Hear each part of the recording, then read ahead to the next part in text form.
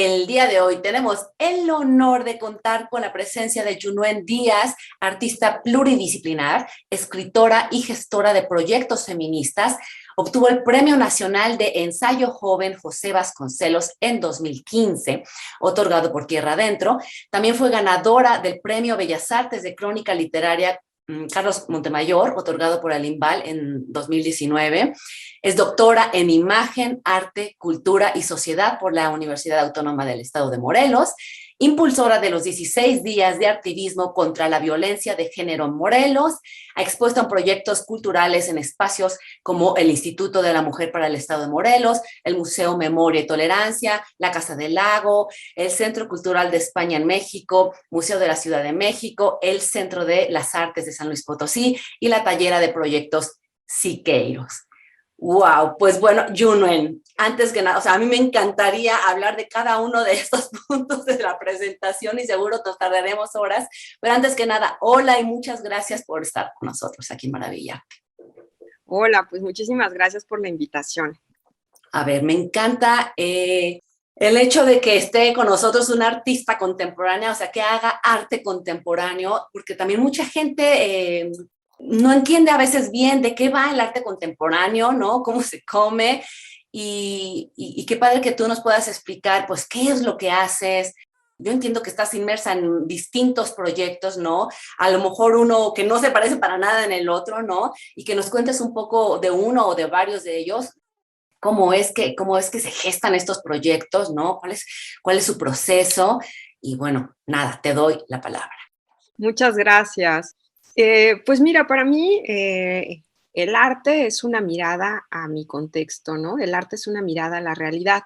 Lo que lo hace distinto a una aproximación que puede hacer cualquier otra persona es que el enfoque va desde la propia subjetividad y con un carácter que siempre es emotivo y que busca ser plástico, ¿no? Es decir, se da a través de formas, se da a través de apela a los sentidos y en ese sentido también es una práctica muy corporal y eso es algo que me ha gustado siempre del arte en sus diversas acepciones, porque el arte, eso se puede, ¿no? Sobre todo el arte contemporáneo, y es algo que a mí me gusta, se puede gestar en libros, se puede gestar en piezas objetuales, se puede gestar en performance o arte-acción, ¿no? Salir a la calle y hacer una acción.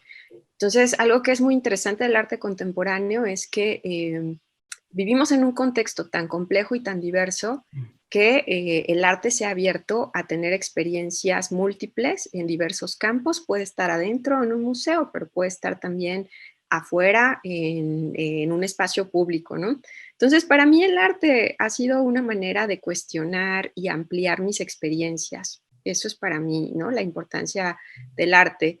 Yo siempre fui una inconforme, siempre he sido muy cuestionadora y siempre he tenido exceso de imaginación.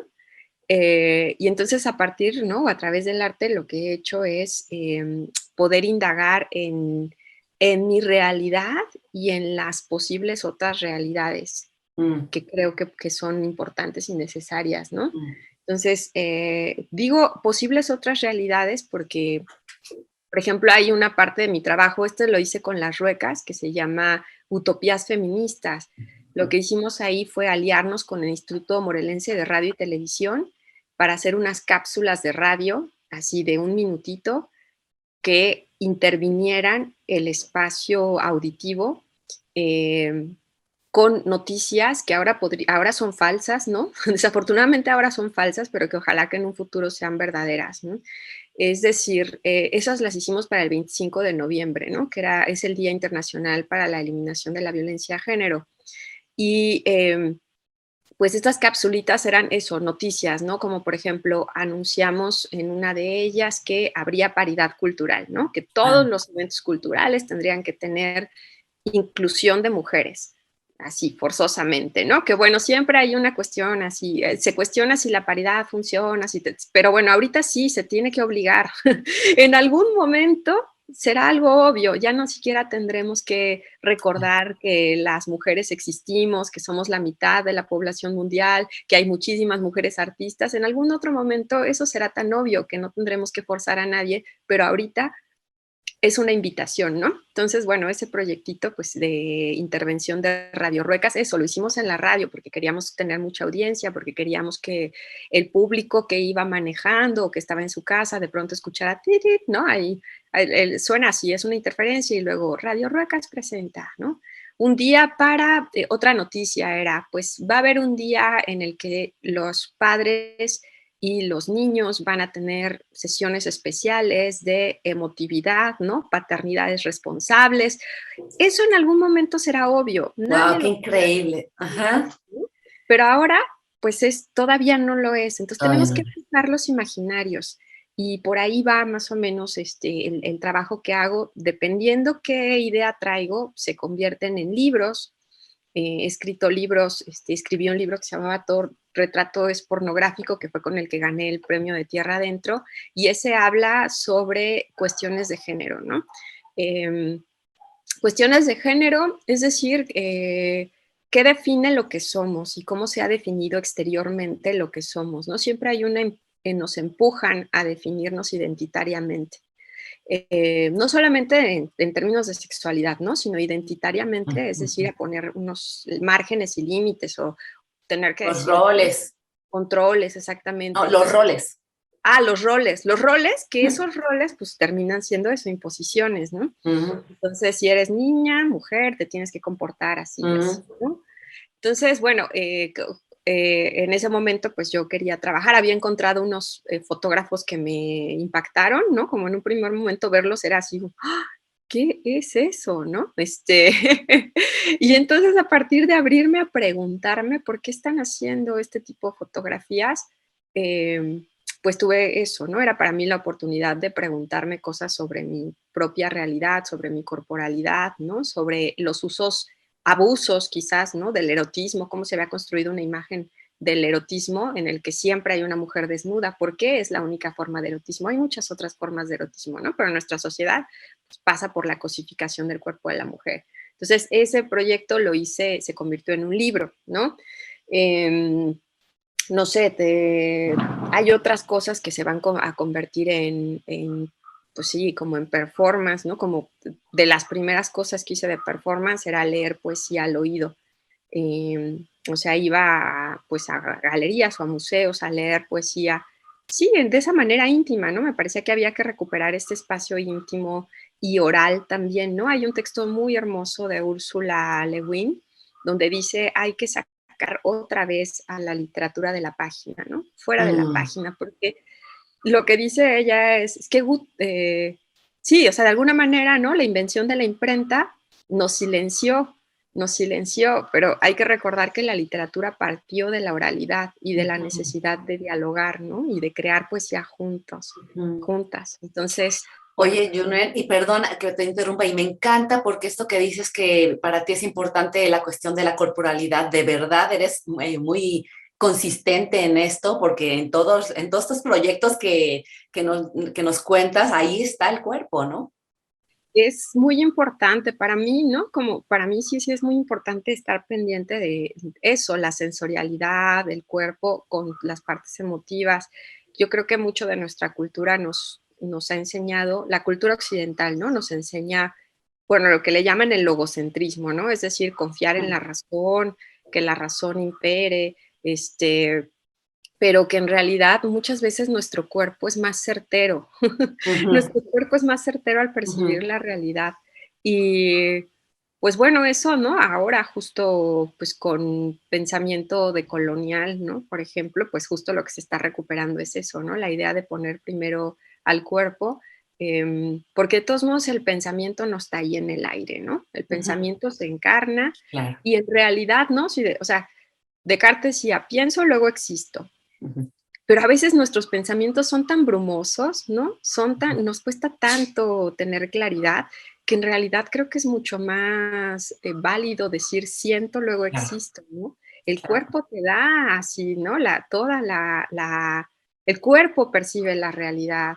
Y el cuerpo, cuando tienes hambre, ¿no? El cuerpo te está avisando, ¿no? Estás cansado, es el cuerpo el que te está avisando, necesitas descansar, es el cuerpo el que en realidad, ¿no? Como muchas veces te sientes incómodo, algo ahí en el cuerpo te está diciendo que no, ¿no? Que no estás a Ujú, gusto. ujú. pues el cuerpo percibe muchas otras cosas que la mente no Por alcanza supuesto. a No, descifrar. no solo eso, sino dejarnos también de esta idea cartesiana de separar Claro, los pensamientos o la razón de la emocionalidad y del cuerpo sobre todo, ¿no? O sea, porque el cuerpo, como en dónde está entonces la mente como si estuviera fuera de un cuerpo, ¿no? O claro, sea, está junto, ¿no? O sea, el cuerpo piensa, exacto, con el exacto. cuerpo piensas, en el cuerpo piensas, a Y través del cuerpo piensas. habitas, y habitas el mundo a través del Claro. cuerpo, ¿no? Entonces sí, pues sí ha habido un trabajo constante, ya Ah, sea desde el performance o desde piezas que aluden a eso, ¿no? De hecho, como mi último proyecto, que se llama Barro y Arroz, en ese estoy trabajando desde un concepto de Silvia Rivera Cusicanqui, que ella nombra como ah, el estómago social. sí. El estómago social, que me parece fabuloso porque eh, bueno, eso, posiciona al estómago, posiciona al cuerpo, posiciona a lo alimentario en un lugar muy importante de reflexión, ¿no? Entonces, pues ahí Barro y Arroz nació porque estaba en un mercado acá en Morelos, acá en Morelos desde hace ya como unos 7, 8 años, y de pronto vi unas bolsas de arroz que decían arroz de Morelos, pero al darle la vuelta, pues resulta que no, es un producto de Estados Unidos. Entonces, como esta gran pregunta de dónde está entonces el arroz de Morelos, porque este arroz, ¿no? Dice que es de Morelos y no es de aquí. Seguí buscando en el mercado a ver si encontraba arroz de Morelos, que si fuera de Morelos, y no lo encontré. Y entonces para mí era pues muy impactante porque eso, viviendo en el estado de Morelos, no podías acceder fácilmente a un arroz de aquí, ¿no? Y pues las preguntas se van ampliando, ¿no? Como Mm, ¿dónde está? Entonces para mí era pues, si quería saber dónde estaba, había que ir a ver dónde estaban los productores y qué estaba pasando con el arroz y cuál era la historia pues de este grano. Y pues fueron muchos meses así de investigación, de conocer cómo se producía y de entender también pues toda esta cuestión social mmm, y cómo ha evolucionado. Pues bueno, se fue convirtiendo en muchas, en eso, se convirtió en una exposición que la exposición, bueno, igual te puedo ir enseñando a lo mejor el libro, claro, voy a claro. un libro y yo creo que te puedo ir compartiendo así bueno, quizás empiezo por un video y quizás el video es más uno de los videos que están ahí en la exposición y que un poco, porque después esta investigación del arroz se convierte en una investigación sobre que se amplía eso, el estómago social y entonces incluye a la cocina. Entonces voy a poner así lleva un sonido, pero le voy a bajar un poquito al sonido para yo irte contando algunas otras cosas. Entonces, bueno, esta es una de las piezas que está ahí en la exposición. Son estos arroces bailarines, es arroz vivo. Y bueno, para empezar eso, ¿no? O sea, recordar que el arroz es una planta, el arroz, bueno, viene a México de Europa, lo traen los españoles, pero en Morelos lo adoptan los campesinos. Bueno, cuando digamos, se empieza a cosechar aquí, en 1837 se da muy bien, entonces muchos hacendados en la zona sur de Morelos lo empiezan a cosechar, recibe muchos premios porque la calidad del suelo y también el tipo de agua y el tipo de ambiente que hay en Morelos, pues ayuda a que crezca mucho. Entonces, bueno, es un grano muy grande, ¿no? Como en sus particularidades. Y como en términos históricos, lo que sucede es que cuando se da el levantamiento zapatista, los campesinos arroceros deciden apropiarse del cultivo. Bueno, los hacendados huyen y los campesinos se apropian del cultivo, lo adoptan y es un emblema del zapatismo también aquí en Morelos, ¿no? Bueno, un poco eso también explica, ellos saben cómo plantarlo y cómo cosecharlo, aunque no saben cómo distribuirlo porque no se habían encargado nunca de esa parte, cómo comercializarlo, ¿no? Y eso es algo, digamos, que se viene arrastrando desde aquella época y que se sigue, pues lo seguimos viviendo, ¿no? Porque es difícil encontrar un arroz de Morelos mismo en Morelos, en parte por eso, en parte también porque, y en mucho más, bueno, eso más, políticas económicas. Ahí es donde entra esta idea del estómago social, o sea, no solamente que yo como individuo me alimente y entonces solo mi cuerpo, ¿no? Pensar solo en mi cuerpo. Casi siempre que pensamos en alimentación, pensamos en nuestro propio cuerpo. Pero en realidad, la industrialización alimentaria es algo que vivimos todos, ¿no? El ir al súper y que de pronto entonces ¿no? La modernidad nos empezó a implantar esta idea de que era más moderna la mujer que no cocinaba, ¿no? No pierdas tu tiempo, nada más abre tu paquetito, ¿no? Abre tu lata, ¿no? Ya está. Pero esos procesos de industrialización pues invisibilizan a quien está detrás, que son campesinas y campesinos, ¿no? Entonces también ahí hay una cuestión social. Esto del estómago social engloba también este aspecto, ¿no? Como de recordar que no sale de la nada, que hay manos que trabajan, ¿no? En el cultivo, y que estas manos que trabajan en el cultivo además han sido muy precarizados a través de la historia, ¿no? Entonces, bueno, y además eso, voy a poner ahora otro videíto. Igual le voy a bajar un poquito al volumen para seguirte contando otras cosas, ¿no? Te cuento cómo lo hice. Bueno, y lo que vamos a ver un poco en este video es, por un lado, los campos de arroz en Morelos, y por otro lado, un macoyo, que es una planta de arroz ya en su estado de madurez, que pues llega a medir 1,20 m, 1,30 m, dependiendo. ¡Wow! ¿No? Yo pensé que el arroz era súper chiquito. Chiquitito. No, es una planta que crece, pues aquí se ve, ¿no? Esta es una cazuela de barro molera, bastante grande. Entonces, bueno, ¿no? Como que mi metáfora un poco era eso, en la comida, pero viva, ¿no? La alimentación, pero viva. Entonces, bueno, por un lado está esta olla gigante, molera, arrocera y molera de barro, y por otro lado los campos. Entonces, bueno, ahí voy a dejar que corra un poquito el video. Entonces la planta la fui paseando por algunos puntos de la ciudad de Cuernavaca, y al mismo tiempo pues vemos los arrozales, ¿no? Y eso, el proceso de cultivo del arroz. Igual aquí voy a subirle un poquitito y luego digo, porque estuvo muy curioso que me tocara justo el momento en el que está esta música de fondo. Parece que yo la puse, pero no.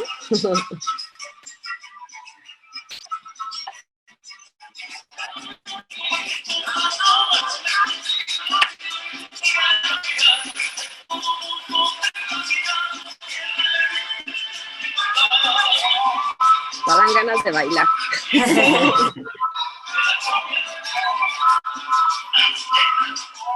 Bueno, le bajo un poquitín y le adelanto un poquitín. Entonces, bueno, aquí, mira, por ejemplo, en esta imagen vemos cómo están los campos de arroz y atrás la ciudad, pues comiéndose, ¿no? El espacio, la mancha urbana, comiéndose estos espacios naturales, estos espacios de cultivo. Y eso está pasando a nivel global, ¿no? O sea, esto está pasando aquí en Morelos, pero está pasando también, ahí se ve, ¿no? Entonces son muy hermosos los campos de arroz, pero ahí al fondo se ven las casas, ¿no? Sí. Todo este crecimiento también de la industria inmobiliaria. Entonces, bueno, como justo en este video, pues era un poco oponer, como hacer un juego ahí yo le llamo macollar la ciudad. Entonces, bueno, frente a estos procesos de urbanización que van comiéndose el campo, quizás pensar en una manera en la que podríamos hacer lo opuesto, que sería volver a plantar, no sé, la naturaleza, volver a pensar en la naturaleza, volver a pensar en procesos vitales, ¿no? La comida, la cocina, el cultivo, pues son procesos vitales también. Lo olvidamos a veces justo por eso, ¿no? Porque cuando tú abres tu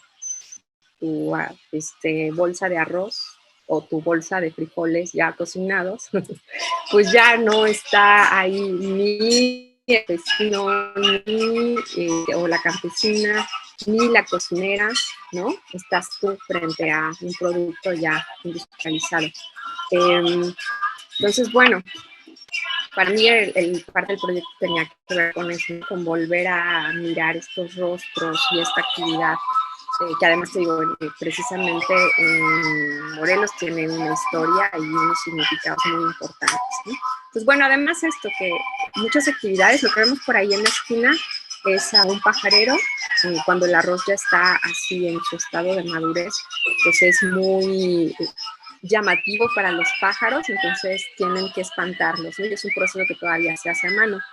Entonces, bueno, ahí está, ¿no? El pajarero espantando a los pájaros. En ese momento del día no hay muchos porque normalmente salen muy temprano en la mañana o muy noche, ¿no? Ahí esta es una mujer que hace también pajareo, de las pocas mujeres que hacen esta actividad en particular, ¿no? La del pajareo.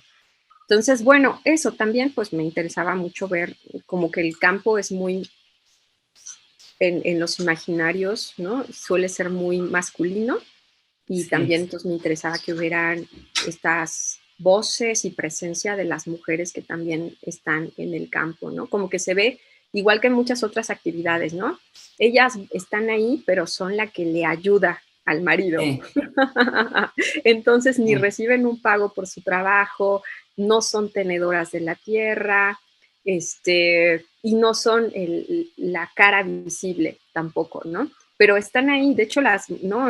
Hay una estadística del Instituto de la Mujer, dice que más o menos la mitad de los alimentos que consumimos en México sí son producidos por las manos de una mujer rural.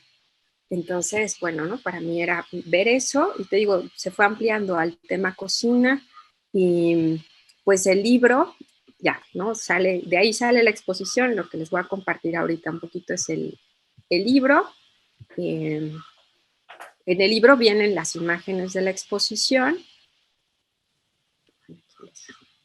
Eso es de aquí, ¿no? Vienen imágenes algunas que están en la exposición y otras que más bien fueron hechas para el libro. Aquí estamos viendo pues el arrocito en estado de germinación.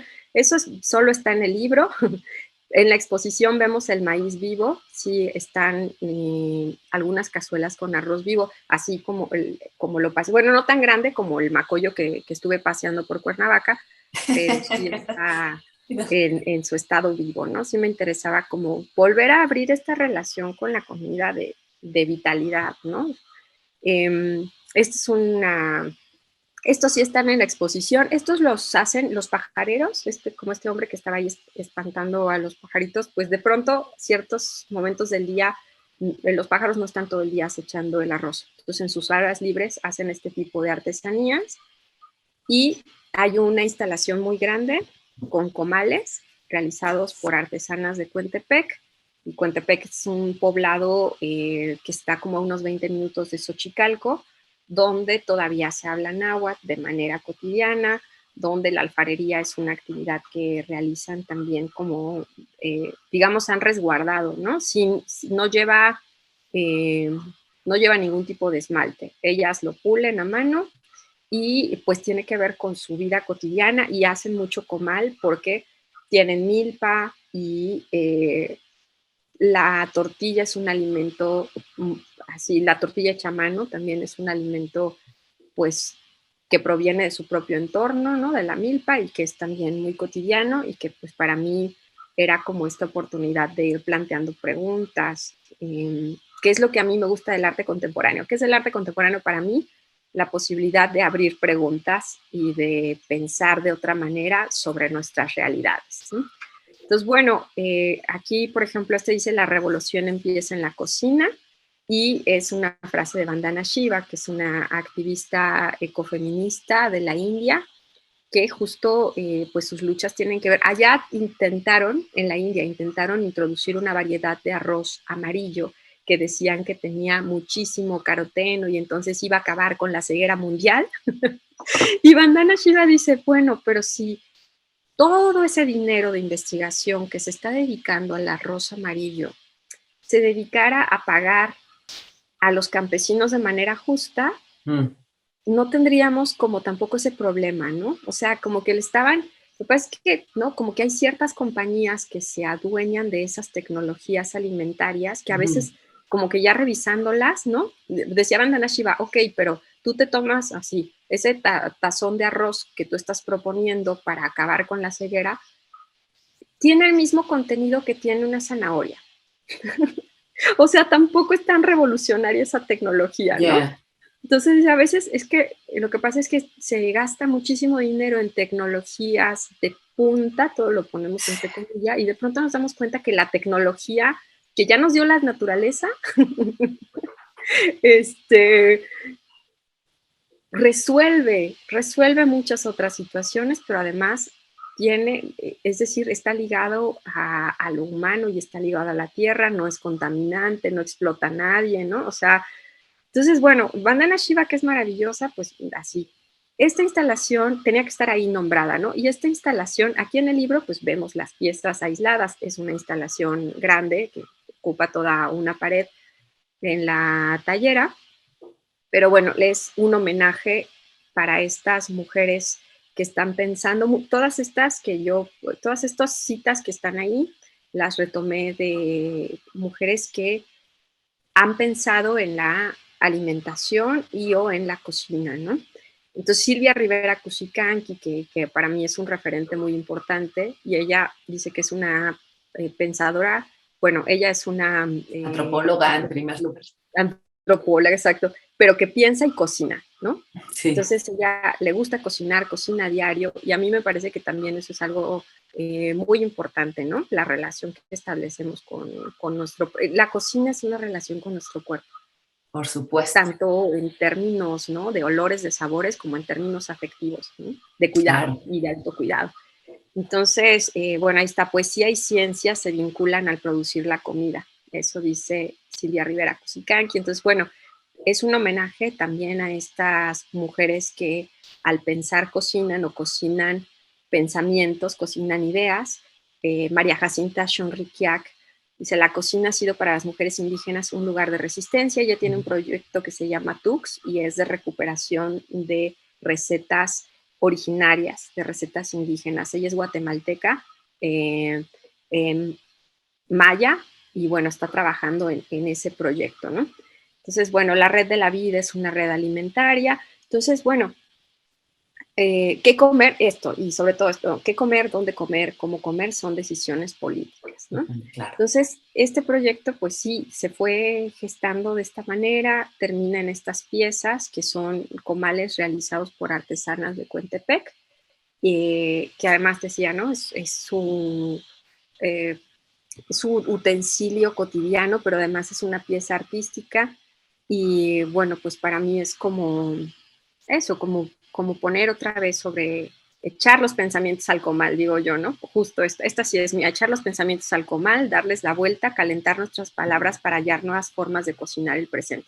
Esta frase que sí es mía. Ahí le hubieras puesto. Sí, ¿verdad? Ahí le hubiera puesto, Sí. pero ya ves cómo, ¿no? Cómo es una, como que se me Sí, hacía ya, sí.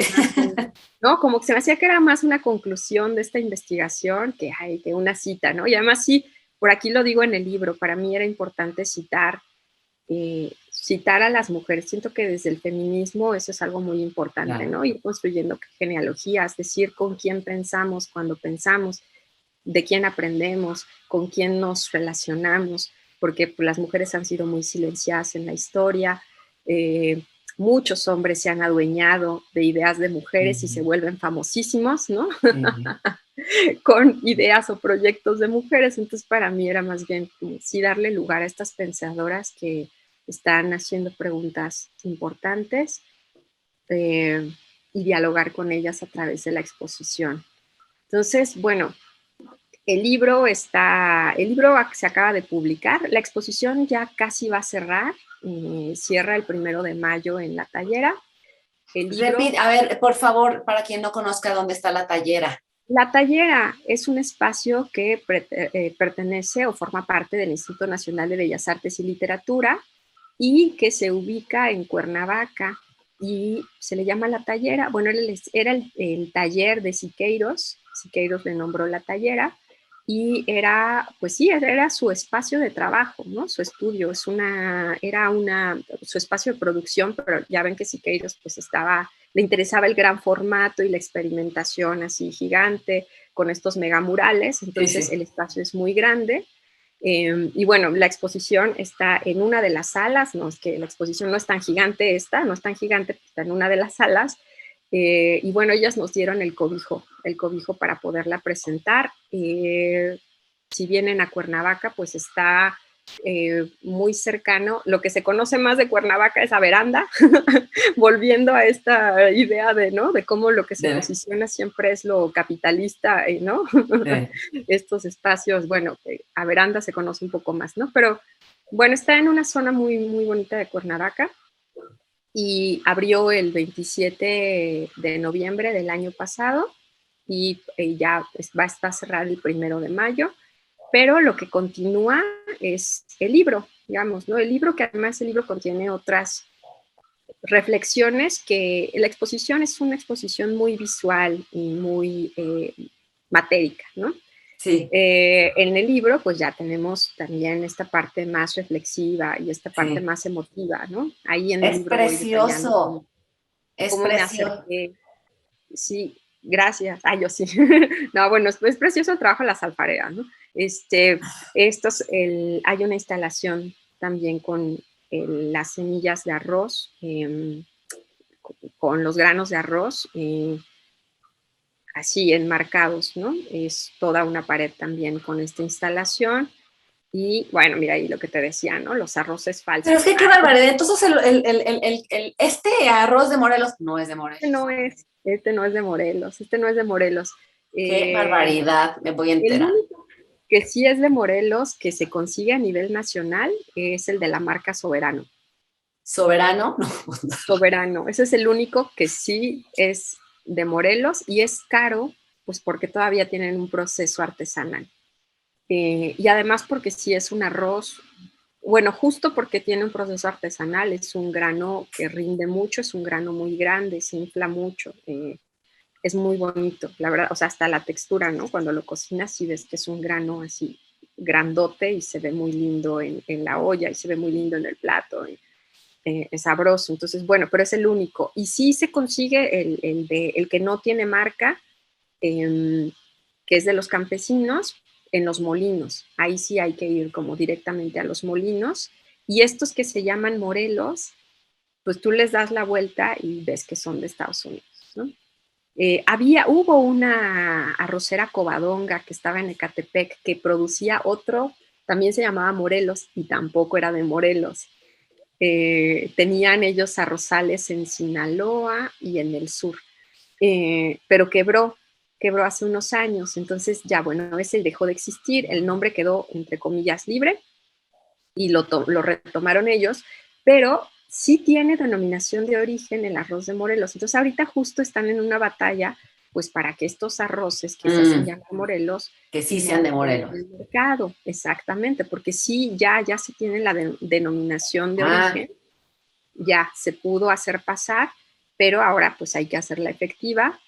Y hay que apoyar a la comercialización. Aquí mira, hice estos dibujos que en la exposición están en gran formato, en el libro pues aparecen así pequeños, cocinando la historia, que es eso, ¿no? Como cuando llega el arroz a Morelos, en 1836 se pone un arroz morado que ahora ya no se produce y en el 37 es el arroz blanco. Curioso porque con cómo es la memoria de la tierra, ¿no? Aunque este arroz morado ya no se cultiva, a veces aparecen matitas moradas en medio de los arrozales blancos, de manera, bueno, eso, pues por las semillas, ¿no? Que se quedaron ahí Pero es germinando. que de veras, la tierra tiene memoria. Sí, totalmente. Entonces Claro. aquí un poco, pues eso, ¿no? Voy contando a grandes rasgos un poquito ya, resumí aquí, ¿no? Como la historia del zapatismo, la historia de la que no he hablado tanto es quizás esta, ¿no? En el 82 inicia el desmantelamiento de la CONASUPO, eh, Ah, que justo sí ayudó en su momento. La CONASUPO tenía esta función de pagar un precio más justo al campesino y dar un precio económico a los consumidores. Y el arroz formaba parte de la canasta básica, pero se quitó primero como del control de CONASUPO y después de plano se desmanteló CONASUPO, tratados de libre comercio mm, y pues sobre todo el libre comercio fue o ha sido lo que ha afectado más, no solo al arroz, sino No a solo al muchos otros arroz. cultivos mexicanos, ¿no? Sí. Sí ha detonado pues otras historias tremendas porque el abandono del campo ha significado también el incremento en la migración y el incremento en la criminalidad. Entonces, pues bueno, ¿no? Son historias que también ahí tenemos que, están ligadas al estómago social y están ligadas a nuestra historia. Ah, hay unas recetas también. Ah, wow. No, bueno, qué El, completo. De verdad tocas todo, o sea, sí contextualizas súper bien. De verdad tocas todos los puntos, bueno, muchos. quería que estuvieran ahí presentes. Son recetas que me compartieron mujeres o que han participado en cocina comunitaria. Entonces, Ok. también esa era una parte importante, ¿no? Preparar 30 kilos de arroz rojo. O sea, para grandes fiestas, para 30 gran kilos, ok. inauguración. 2 Entonces, kilos de ajo, no, eso, pues sí, para 30 kilos. sí, porque y también también pensaba mucho en cómo se ha perdido esta cocina comunitaria, ¿no? Cocinamos, bueno, ya, yo creo que Ay, la pandemia sí nos hizo volver a la cocina y sí, volver a tener, ¿no? Como conciencia pero no la alimentaria, comunitaria, ¿o sí pero no crees? la No, no la comunitaria, comunitaria. exactamente. Esa Ujú. todavía, ¿no? Todavía la extrañamos a Sí, quien nos ha tocado vivirla y bueno, también está ahí puesta en relación como pregunta, como llamado quizás, ¿no? Entonces, bueno, el libro pues va hablando de diversos aspectos, voces y territorios. Este existe en la exposición como una pieza sonora y en el ujú. libro están lo que se escuchan, fragmentos de lo que se escucha en la pieza sonora están aquí recopilados, ¿no? De algunas entrevistas que hice a campesinas, a alfareras, a productoras de arroz. Y bueno, todas las fotografías son mías. eh, Estuve Qué preparando, impresionante investigación. Qué pues me bonito. llevé un año más o menos, ¿no? En todo Ah, este bueno, y te proceso. fue, yo pensé que esto te habías llevado mucho más por lo que No, estoy viendo. me eché un ciclo completo de la producción arrocera y pues trabajo, ¿no? De ir a entrevistas y demás, pero bueno, para mí fue delicioso. Para mí fue delicioso. Eh, la verdad es que también me tocó en pandemia el proyecto y pues para mí eso, ¿no? Como salir de mi encierro, Mm. conversar, estar en el campo, pues fue una manera maravillosa de afrontar una pandemia, ¿no? Una pandemia con puros relatos así al principio de terror, ¿no? De miedo, de miedo social. Y estando en el campo, pues te das cuenta que los relatos de la tierra son relatos de la vida, ¿no? Entonces, esto es, ¿Dónde podemos conseguir este libro? pues lo subió el INVAL de manera gratuita Ah, a la wow. página de la tallera.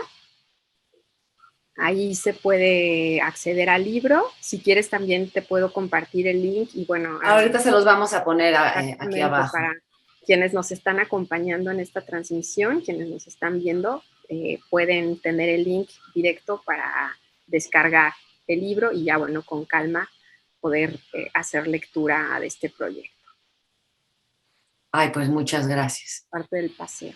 Fantástico. Fantástico, fantástico, Junuen. Muchas felicidades, de verdad. No, pues muchísimas gracias y gracias por este espacio, ¿no? Por esta conversación. Pues nada, entonces, ¿quieres decir algo más?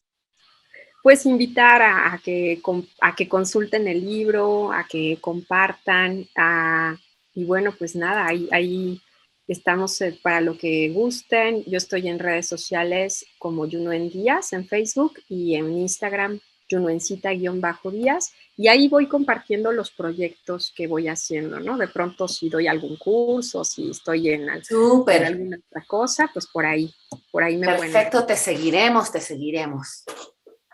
Muchas gracias, Yunuen. Te mando un Gracias. abrazo hasta Morelos. Igualmente, muchas gracias. Un abrazo y bueno, pues que tengan eso, que sigan teniendo un buen día la audiencia.